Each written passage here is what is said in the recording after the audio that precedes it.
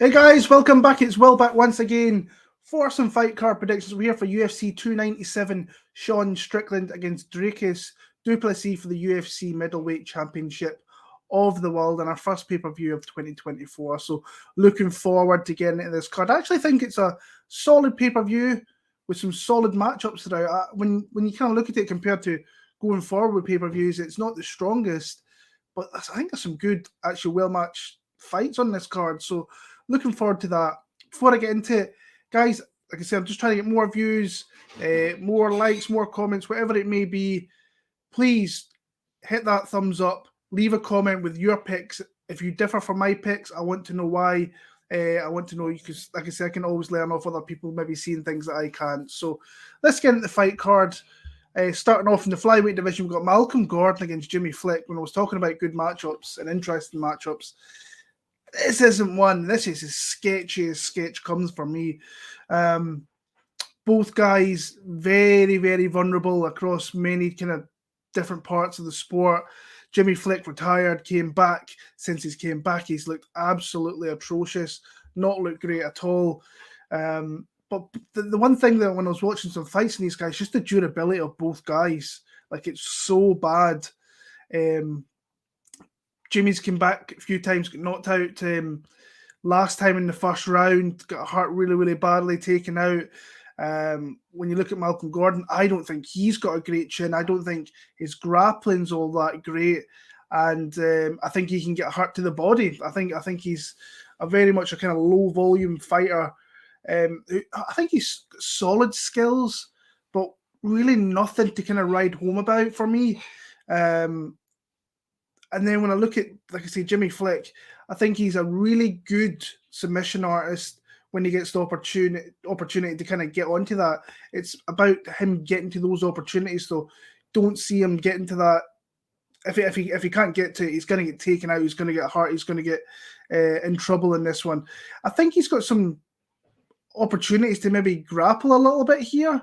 I think that Malcolm Gordon's not got the greatest grappling. I think he showed in the Mukaev fight that he's not like a fish off his back or anything. He's not like a rookie in his grappling. But I think there is holes in there. I've seen Flick double leg guys out there in the regionals.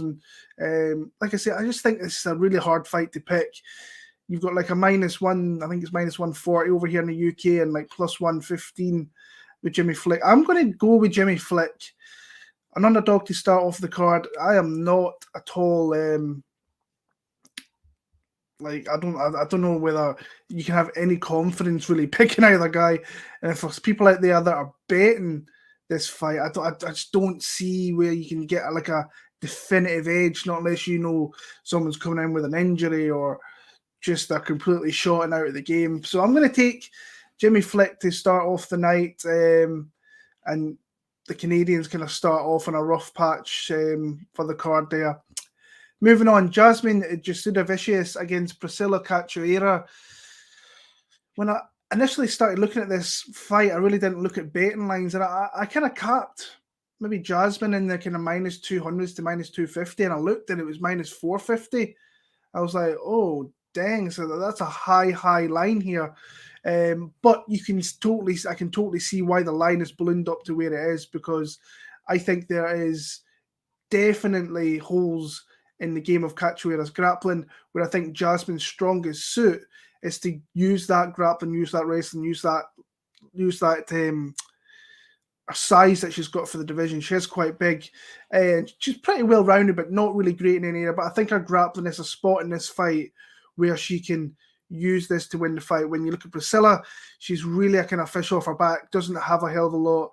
It's a dangerous striker if you give her the opportunity to get strikes off. I just think Jasmine's too smart for this girl, and she knows what to do to win this fight. I think she's shown in the Cortez fight that she can fight tough through the entirety of the fight, even though she was kind of really always behind in that fight. I thought she fought well enough against a kind of a good, solid wrestler. But like I say, the only way I can see Cachoeira really coming out here and winning this fight is by hurting Jasmine. I just don't think that's going to happen. I think Jasmine's going to cage push, put her against that cage, grind her up a little bit, take her down and just win probably a 30-27, if not a finish. So Jasmine Jourdain for the win there. Yohan Lainesse against Sam Patterson up here at the welterweight division. This is an interesting fight because I don't know how I missed this, but before I really started watching a couple of fights, for some reason I thought this was lightweight, and then I realised that Sam Patterson's actually moving up after that devastating knockout against Yasnel Ashmus last time in London. Now, if you go back, I went kind of down the rabbit hole of watching this guy fight, and I don't think he is the greatest fighter you will ever see. There are some things that I do like, but his hands stay low. He's got that massive neck. That head just seems to be right there, that big pineapple, just to get absolutely mushed at any point. And against a guy like Yohan Lainesse, that is where he will come in here and look to really win this fight. I think the opportunity for a first round knockout is always there. The knockout, I think, during the whole fight will be there, but I think it's going to be obviously most prominent in that first round. And it's pretty clear that he has some massive, massive power early on in fights. Showed that in the Dana White Contender Series.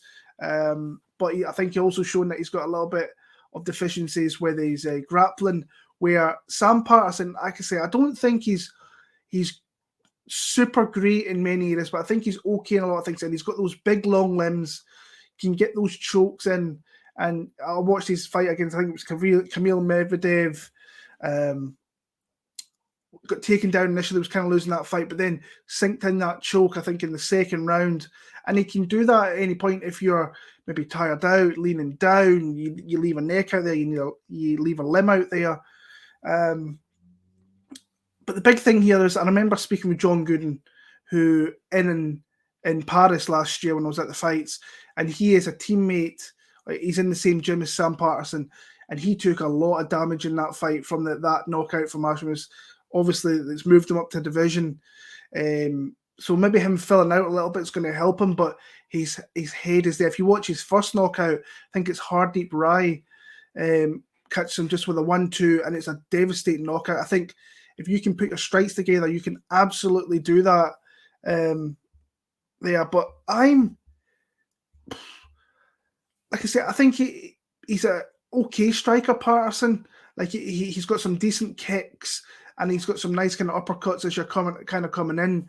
And like I say, I like his chokes. This one's a hard one because it wouldn't surprise me if in the first minute that Yohan comes out here, G'd up being in Canada, hits him with a shot, knocks him out. But I think if this fight goes late, I think Patterson could start to kind of piece him up a little bit, hurt him with that long range he's got, and then maybe catch a submission. I'm going to go Sam Patterson. Not confident in that one bit, but I am going to take him here to win this fight. Gillian Robertson against Polyana Viana. I like the Robertson side here. You never like betting like a minus 250. That's what she is here in the UK. Just had a little look at the line there. I don't really want to play that one little bit.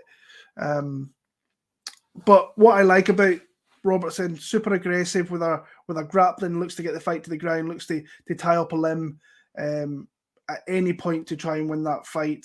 And she can if you're deficient in that area, she can totally walk through you. She can work a little bit to try and find that submission. And like I say, she does get takedowns. If she gets takedowns, she can have large portions of the fight where she will fish for submissions, look to move to a dominant position. But her striking is non-existent, very one-dimensional. Polyana Viana is a girl that I think it's interesting because she says she's a black belt, but she's been subbed a few times. There was Veronica Hardy that caught her. Yasmin Lucindo caught her last time out. But she, like I say, she is very, very aggressive with her submissions also. But she can give up some really bad positions and be a fish off her back. She's kind of happy being taken down, and she will try and work there. I don't think that's really going to work out against someone like a Gillian Robertson. Like I say, I don't really see this really being a striking battle. I see this being more grappling.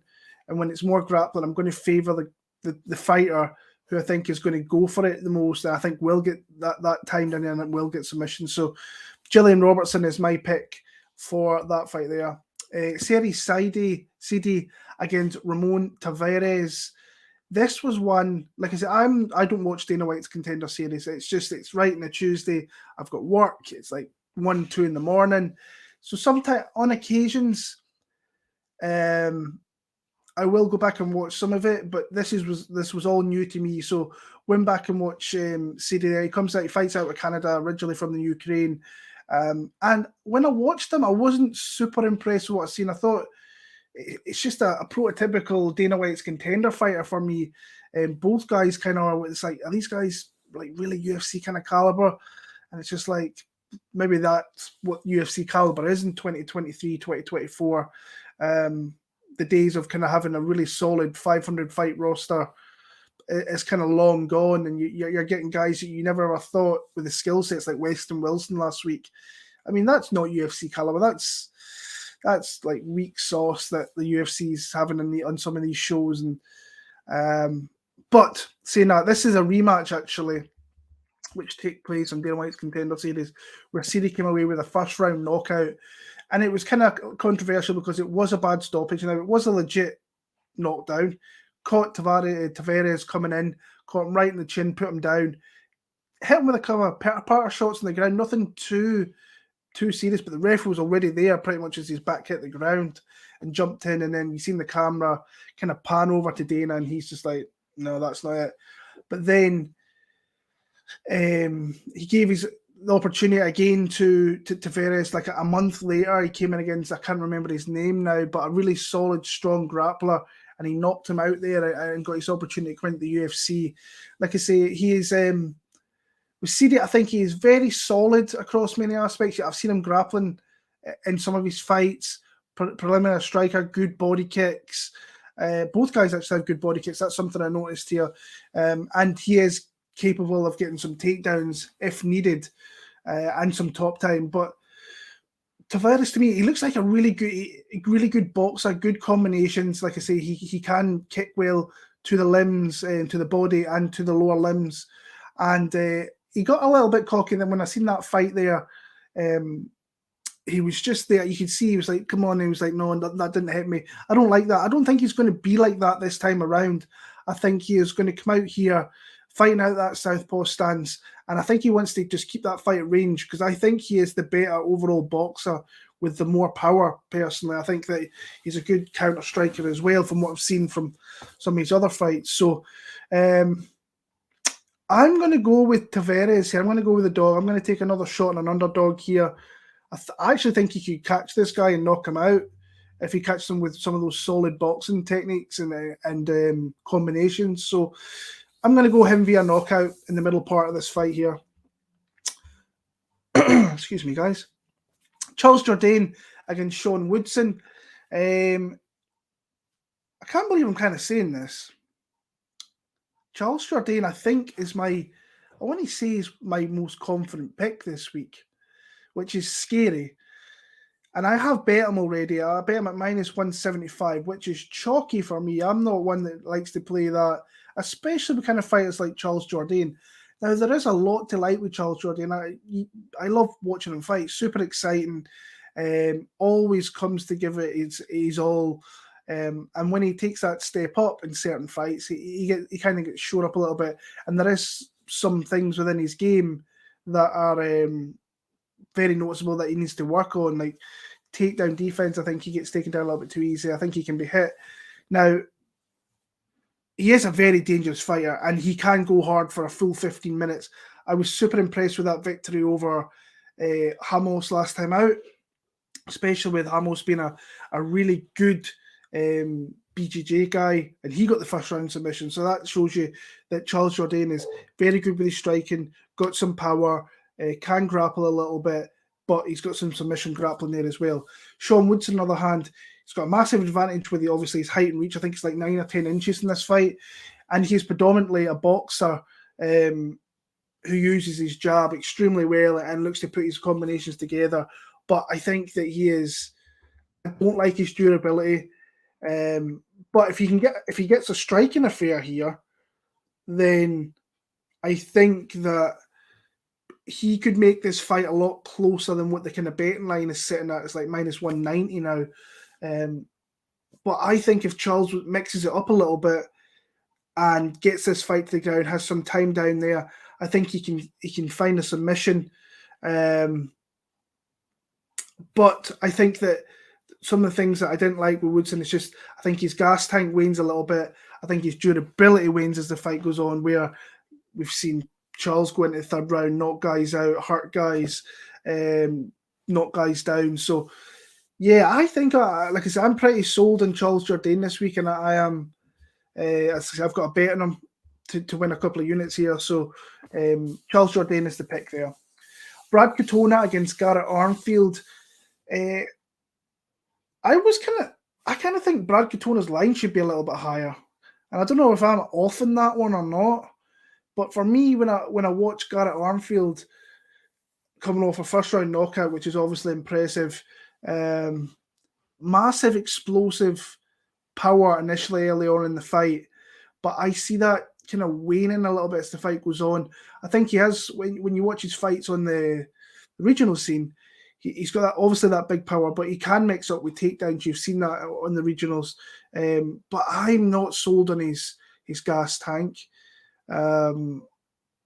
Grappling wise, like I say, he can grapple, but I've seen him put himself in bad spots. Sometimes he works out of it, but he has been submitted twice, putting himself in certain spots. So yeah, when you look at Katona, he's not one of the most exciting fighters you're ever going to see, but he's very solid, very methodical, and very kind of well-rounded, and can do a little bit of everything very, very well.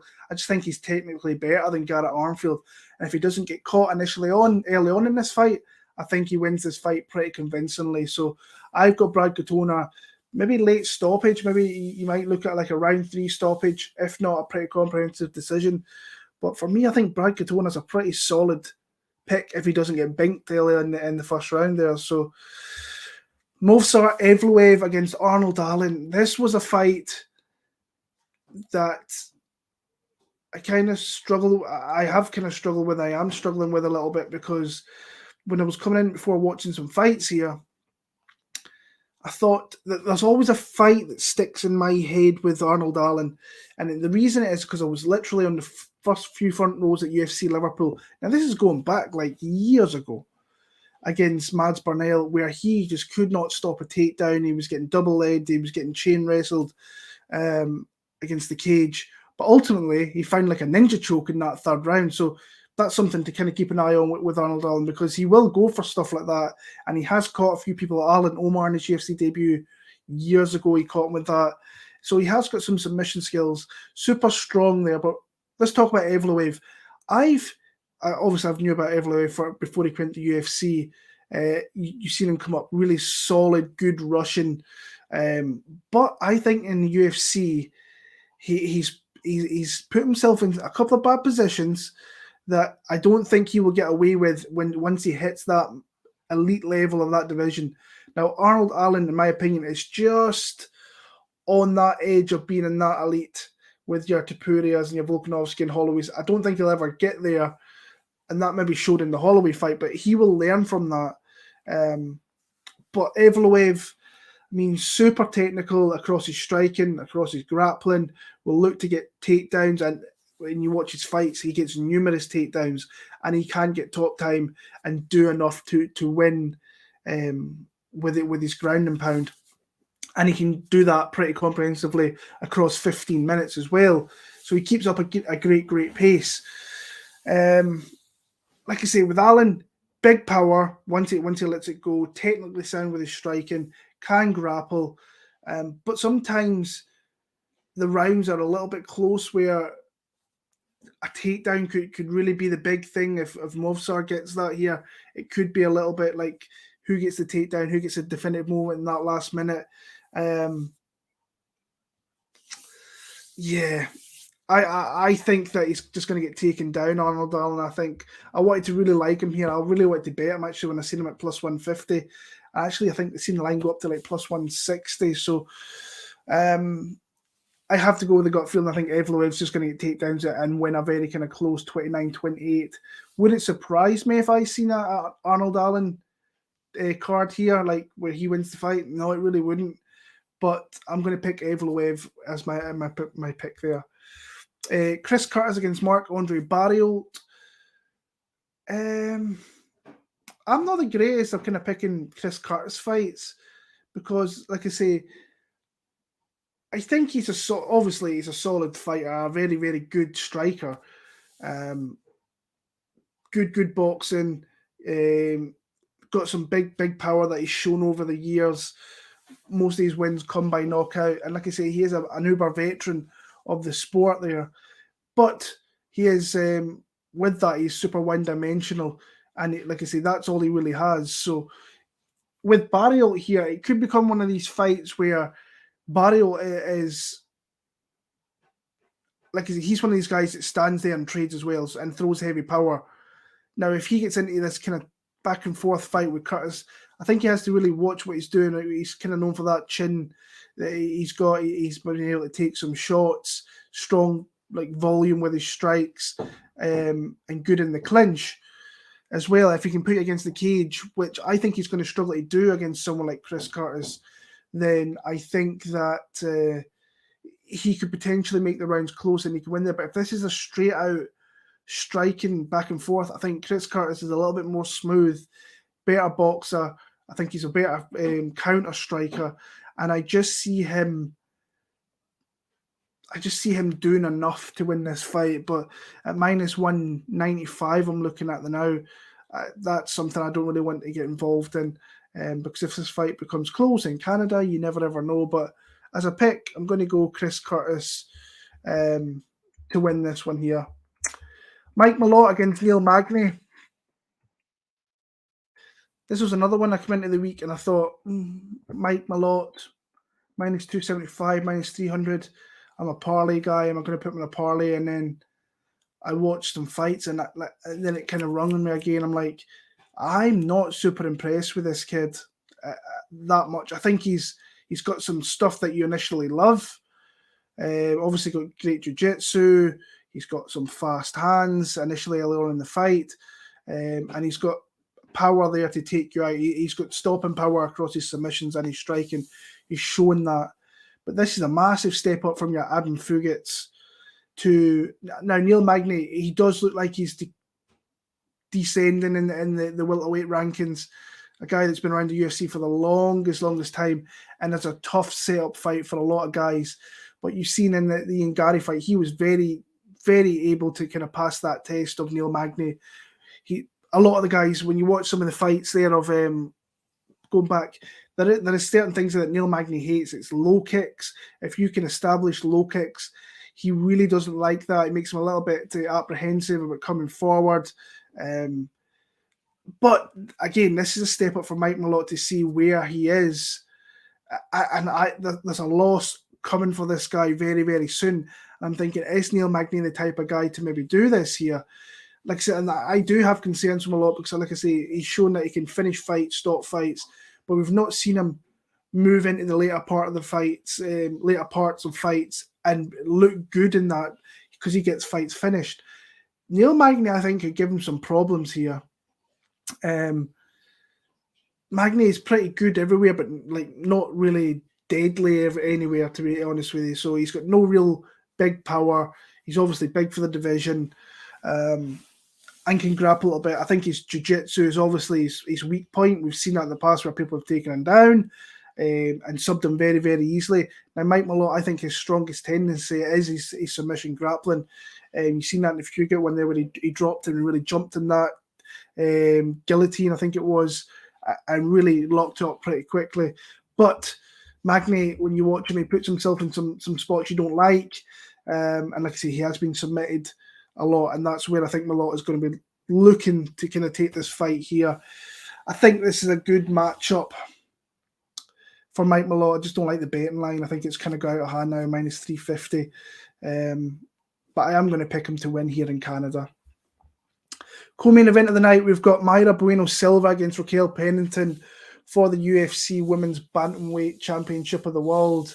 And yeah, I mean, this division seems like it's kind of been left in purgatory since Amanda Nunes left. Yeah, interesting fight here because Mayra Silva, she's actually coming off that no contest, which she initially won via submission against Holly Holm. I can't remember. I don't think the drug test was overly that bad. I think it was some for ADHD, if I remember right. But either way, she still failed something that the USADA picked up. But she is, if you look at it, she won that fight. Yes, they had that fight. She won that fight. So she's on a pretty decent win streak. And she's looking to add another title there for the Brazilian fighters. So dangerous submission grappler, but I also think she's got some big punching power as well that she can throw off sometimes. And good body kicks is something that I noticed is that in the clinch, super strong. But this is 5 rounds, and she is against someone in Raquel Pennington who is going to be there, I think, for the 5 rounds. I don't think Bueno Silva's got the skills like Amanda Nunes to like mentally break Raquel Pennington, like what happened in their fight, Nunes and Pennington, where you could see she was on the stool and she was mentally broken. She was mentally checking out of that fight. She's on I think it's a 4 or 5 fight win streak herself, coming off that win over Ketlen Vieira, I think last year. So she hasn't really fought all that much, obviously, in the last year. Like I say, she's got pretty decent boxing, but once it kind of comes to that, she really doesn't have much else. If this was to be a striking affair, I think it could end up being a close fight. But for me, when I look at this, Bueno Silva has, I think she's got more opportunities to kind of stop the fight. I think that the pick here is going to be Bueno Silva, but I don't know what the betting line is, like minus 190, I think, is it? Minus 175. So I don't really want to get involved in that fight, I don't think. So, but I'll pick Mayra Bueno Silva to become the new champion. But this could become ropey if it moves into this 3, 4, 5, because maybe Pennington comes in after Silva starts off initially very, very quick. I'm going to go Bueno Silva to become the new bantamweight champion. Moving on to the main event. This is a fight I have been going back and forward so much in this fight.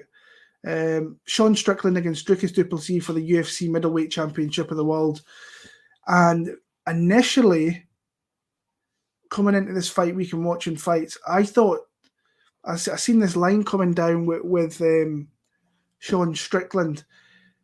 And like I say, he put on one of the best performances of 2023 when he went down under and took the belt off Israel Adesanya down there. Like I say, good technical kickboxer. And it has one of the best jabs, I think, in the game. And never stops, comes forward. Hard to really get a good look in this guy. He likes to really pump the volume out there, be ahead. And once he starts to establish that, he can really start to take over fights, get in the mind of these guys. He can talk a little bit of, crap, and it really starts to kind of work on some of these ones here. And he, like I say, his volume is very hard to match if you're going to play strike for strike. And you've seen in the past that he can grapple a little bit. So yeah, he is a solid overall striker. But when you look at Dricus, like I have not been in the Dricus train whatsoever. I tried to bet Darren Till against him. I tried to bet Robert Whittaker against him. But when I kind of went back and watched these fights, and I knew about this guy since well before his UFC tenure, because he beat a really good guy in Roberto Soldic, which at the time I thought was a massive win, and still is a massive win to have in your resume against that guy. I just thought his style is not going to work out in the UFC in that top 10. And he's proven me completely wrong. And he proved me wrong against Robert Whittaker, where he absolutely, you could just see that. And I've seen people say that Whittaker wasn't on that night and there was something up, but he just looked off. And I just think it was down to the way du Plessis fights. He comes forward. He doesn't give you the opportunity to just get ahead. He throws so many strikes. And there's all this thing about his nose getting fixed. Like I say, one of the things we've not seen with du Plessis is him go late into a 3, 4, 5. So that'll be interesting to see if we get there what he's like, because he's had nose problems or whatever, nasal problems. But this is the guy that comes forward, obviously a big brute of a guy, just kind of swings hooks. And what we kind of seen in the Whittaker fight there was that if he can get the fight to the ground, I think he should have had a judo throw in that one. He's got some pretty devastating ground and pound. And like I say, but he is there to get hit, because he marauds forward, he overextends. So if you're a good counter striker, you can catch him with a shot. I mean, Sean showed in his last fight, he can catch you with good combination striking, counter striking. And like I say, I just think this fight initially, I'm really interested in the first two rounds in this fight, because I can see Dricus getting up and I'm like, right, can he maintain that into 3, 4, and 5? Because I think Strickland can. I think if he can establish that jab, frustrate Du Plessis, maybe going to come forward and maybe walk onto a shot. But for me, I've just been so back and forward on this fight. I don't know, my initial gut feeling when I heard about this was Sean Strickland, and then watching Du Plessis' ascension through the middleweight division in the UFC, I'm like, this might just be the guy to take the belt back down to South Africa. But I'm like, I don't know. I'm gonna go with my initial gut feeling, which was that when I heard the fight was Sean Strickland, and I've kind of just changed that up a little bit there because I was intending on picking Du Plessis. Whether I bet this fight now, if if Sean Strickland was to hit like a plus number, I think I would need to jump on that, because it's like minus 125 right now, so it's not that bad. Yeah, I've got no real idea with that fight. I'm interested to see what Du Plessis can do if it gets into the middle to later parts of this fight.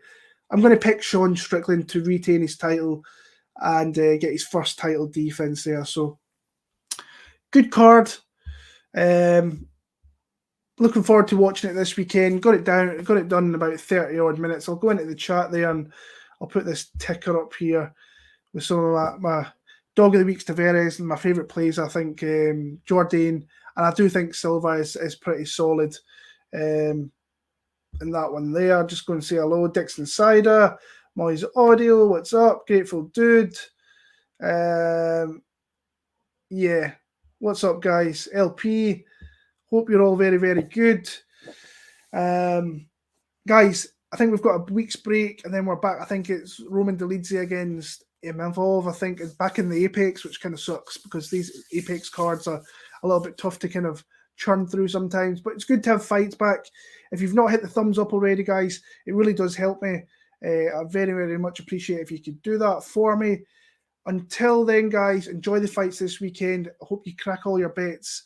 If you're betting on this weekend, and we'll be back in a couple of weeks for UFC Vegas 85. Until then, take care, look after yourself, and it's been good to talk about some fights again. Let's go.